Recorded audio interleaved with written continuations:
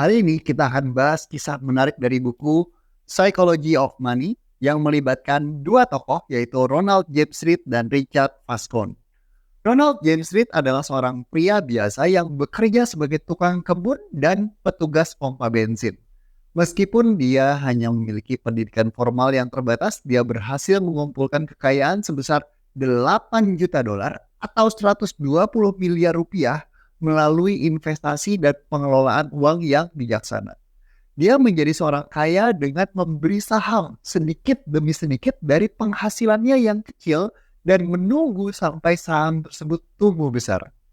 Di sisi lain, kita melihat Richard Fascon. Richard adalah seorang profesional yang cerdas dengan gelar MBA dari Wharton School of Business. Dan dia memiliki pengetahuan dan keahlian yang luar biasa dalam keuangan. Gajinya puluhan kali lipat dibandingkan Ronald James Reed. Namun, meskipun memiliki kepintaran yang tinggi, Richard justru mengalami kesulitan dalam mengelola uangnya sendiri. Dia terlibat dalam spekulasi berlebihan dan berisiko tinggi, yang akhirnya membuat Richard kehilangan semua hartanya dan bangkrut. Dari kisah ini kita bisa belajar bahwa kepintaran saja tidak cukup untuk sukses dalam mengelola uang. Penting untuk kita semua belajar bagaimana mengelola uang dengan bijaksana terlepas dari tingkat kecerdasan kita. Kita harus belajar tentang investasi, mengelola risiko, mengatur keuangan pribadi dengan bijak.